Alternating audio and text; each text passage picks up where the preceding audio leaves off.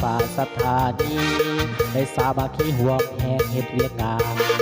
ทั้งทักษะเทคนิควิชาการแต่ละวันประสานงานทันเวลา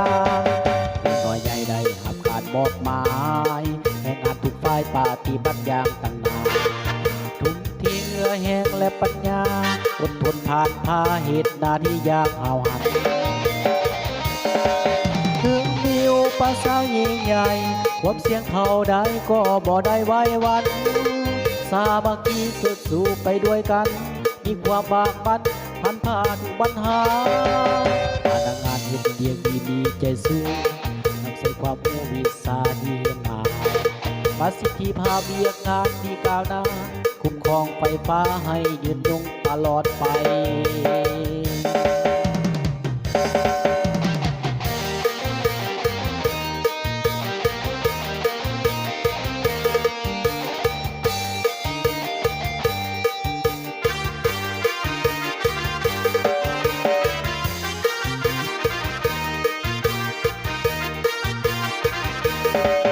พนักงานไฟฟ้าสถานี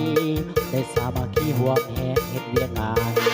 ทั้งทักษะเทคนิควิชาการในแต่ละวันประสานงานทันเวลาวิ่งน้อยใหญ่ได้หักการมอบหมายแห่งงานทุกฝ่ายปฏิบัติอย่างตั้งนานทุ่มเทเหงื่อแห้งและปัญญาทุ่มเทเหงื่อแห้งและปัญญาอดทนผ่านพาเหตุหน้าที่อย่างหาวหันถึงมีอุปสรรคยิ่งใหญ่ความเสี่ยงเท่าใดก็บ่ได้ไว้วันสามัคคีเสริมสู้ไปด้วยกันมีความบากบั่นผ่านทุกปัญหาพนักงานเห็นเรียกดีใจสู้นำใส่ความรู้วิชาที่เรียนมาประสิทธิภาพเวียกงานที่ก้าวหน้าคุ้มครองไฟฟ้าให้ยืนยงตลอดไป